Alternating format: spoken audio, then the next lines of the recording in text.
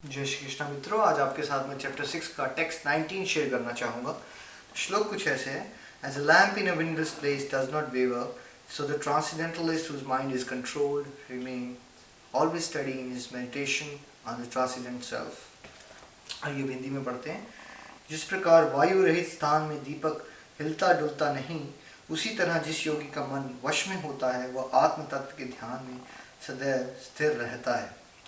Friends, भगवान इसमें एक दीपक का उदाहरण दे रहे हैं कि जहाँ हवा ना हो, जिस जगह पे, वहाँ जो दीपक है वो हिलता नहीं है, उसकी लौ जो है वो हिलती नहीं है।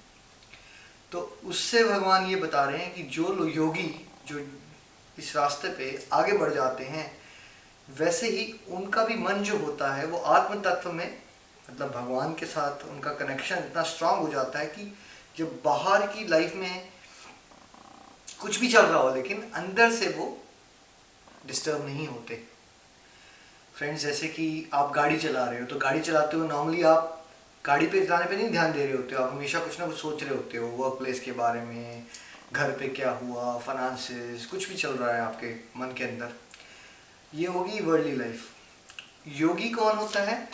जो गाड़ी तो चला रहा है जीवन की, तो जहाँ जो रिक्वायरमेंट है वो ड्यूटी की, लेकिन इंटरनली अंदर से उसका भगवान के साथ योग हो गया है।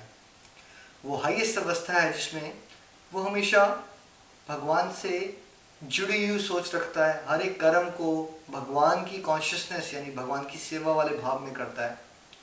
इनफैक्ट हमारे लिए जहाँ हम हैं ये चीज़ कर पाना मुश्किल ज़रूर है, लेकिन again practice makes a man perfect. अगर हम प्रैक्टिस करते चलेंगे तो विद टाइम ग्रेजुअली परसेंटेज में इम्प्रूवमेंट होगी। और उसका प्रैक्टिकल लाइफ में क्या फ़ायदा मिलेगा हमें? जितना जितना हमारा मन और बुद्धि भगवान के साथ जुड़ेंगे, उतना उतना स्टेबिलिटी आएगी, फोकस बढ़ेगा। और एक्चुअली क्या आपको नहीं लगता कि फोकस हर एक लाइफ के फील्ड में इम्पॉर्टेंट है? आपकी काम करने की एफिशिएंसी बढ़ जाएगी, प्रोडक्टिविटी बढ़ जाएगी।